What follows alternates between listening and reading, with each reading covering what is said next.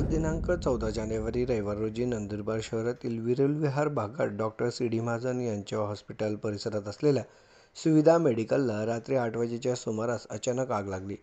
नगरपालिकेचे अग्निशमन बंब घटनास्थळी पाचारण करण्यात आले होते.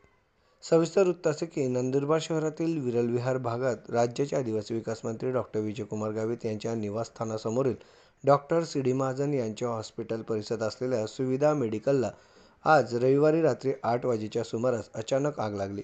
मेडिकलमधून मोठ्या प्रमाणात धूर निघू लागल्यानं स्थानिकांनी नंदुरबार नगरपालिकेच्या अग्निशमन केंद्राला माहिती दिली. काही काळातच अग्निशमन बंब घटनास्थळी दाखल झाला. स्थानिक नागरिकांच्या मदतीनं मेडिकलला लागलेली आग विझविण्यासाठी शर्थीचे प्रयत्न सुरू झाले होते.